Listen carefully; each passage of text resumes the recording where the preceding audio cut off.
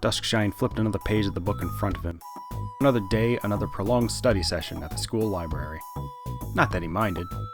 Studying was almost as awesome as his friends. Comets are composed of ice, dust, and rocky debris, carried from the early formation of the solar system, about 4.5 billion years ago. The book read. Dusk continued reading intently. All noises faded to a background hum. Even the sound of boots scuffing on the nice wooden floor were lost to dusk.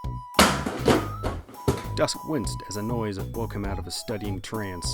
Rolling his eyes, he didn't bother to find the source, instead returning to finish the chapter. Sorry, Miss Cherry Bee. A ditzy, feminine voice reached Dusk's ears. It's Cherylee, dear. He heard Miss Cherylee sigh. Now why does everyone mishear?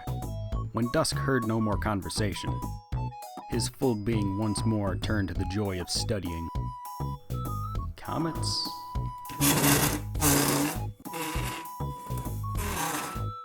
Apparently, Dusk would never become one with his book again. He glanced at whomever had pulled the chair back. A pale blue girl with a high blue ponytail sat across from him. Although Dusk had seen her before, he couldn't match face to name.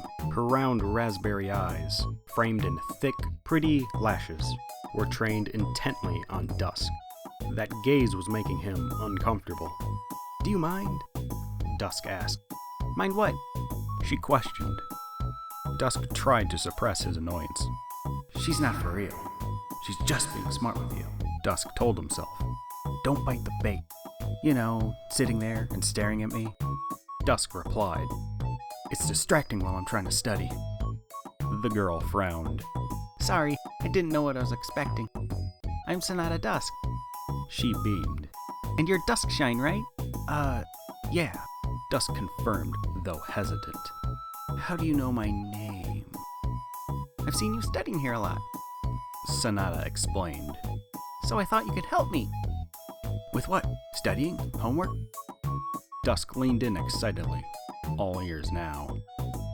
Sonata smiled, sheepishly. Sorta like that. Adagio says I'm an idiot, 'cause I don't understand stuff. Sonata's smile disappeared for a moment, replaced with the frown of someone remembering an unpleasant memory. And she's right, I don't. Sonata continued. I mean, apparently it's supposed to make sense when Adagio says Trixie gave the Rainbooms a push, even though she pulled the lever to shove them into the hole. And instead of saying we found what we're looking for, why doesn't she just come right out and tell me and Arya, instead of assuming I know? Sonata slumped down in her seat. Her head now rested in her elbows, and her ponytail was splayed across her face. Never mind, she mumbled.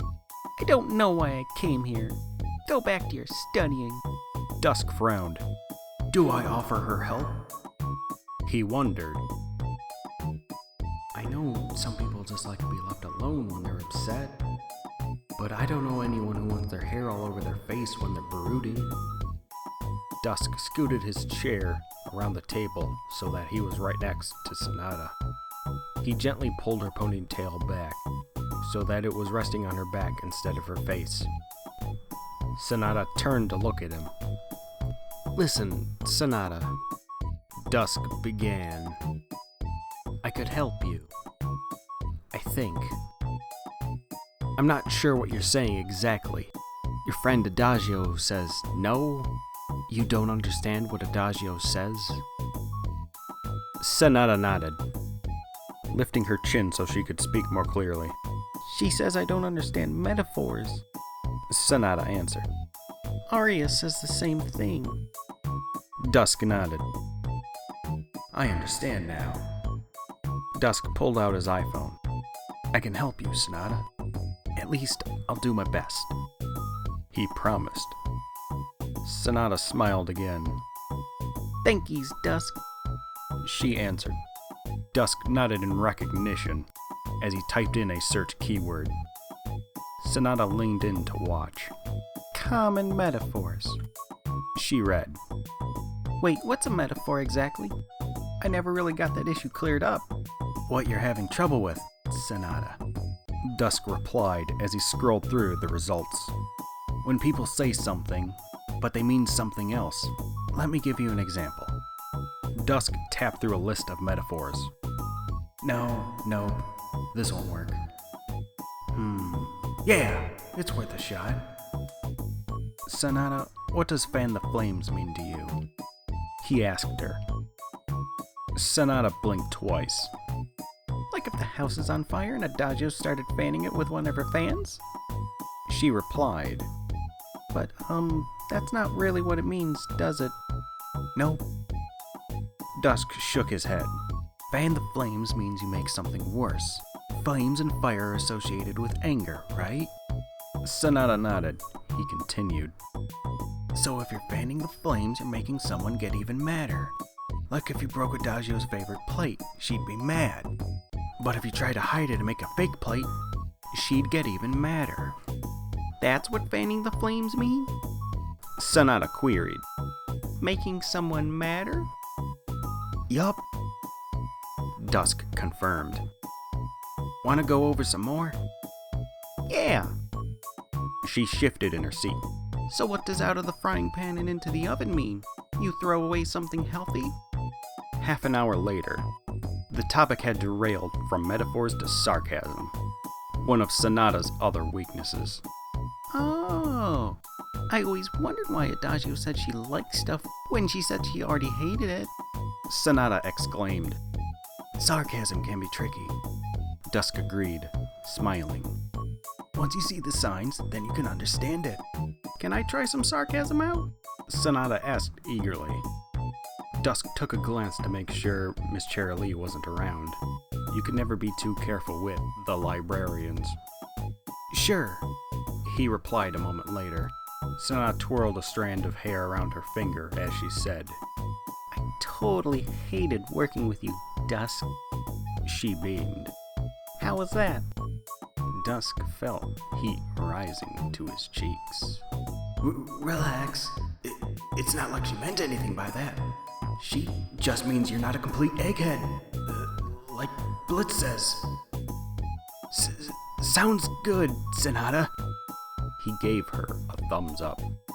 You might not want to twirl your hair while you're talking, though. It doesn't give the same effect. Oh, all right. Sonata nodded vigorously. Thanks for the help, Dusk. Now I'm not as stupid as I was before. She stood up to leave. Wait! Dusk rose from his seat as well. Sonata! You aren't stupid. You've never been stupid. He told her. Sonata's unbelieving expression caused him to continue. You just, see things in a different way. You didn't understand metaphors and sarcasm because you didn't look for the extra meaning, alright? Sonata frowned. I guess so. She agreed. Think, Dusk, he told himself. How to convince a girl she isn't stupid. Sonata, do you like to daydream? Dusk asked. Sonata nodded. You're just focusing your energy on the whimsical thoughts in your head, instead of the practical reality. Dusk, chill out. Sonata giggled. Don't fan the flames or anything like that. I'm not sure what you're trying to say, but I feel fine now. She leaned over and hugged him briefly. Dusk froze. Now I have to go show everything I learned to Adagio and Aria. Sonata released her grip on him and took a couple steps back. See you around, Senpai. She turned and skipped out of the library. Dusk sat back in his chair and grabbed his phone. Quickly, he typed in, "What does senpai mean?"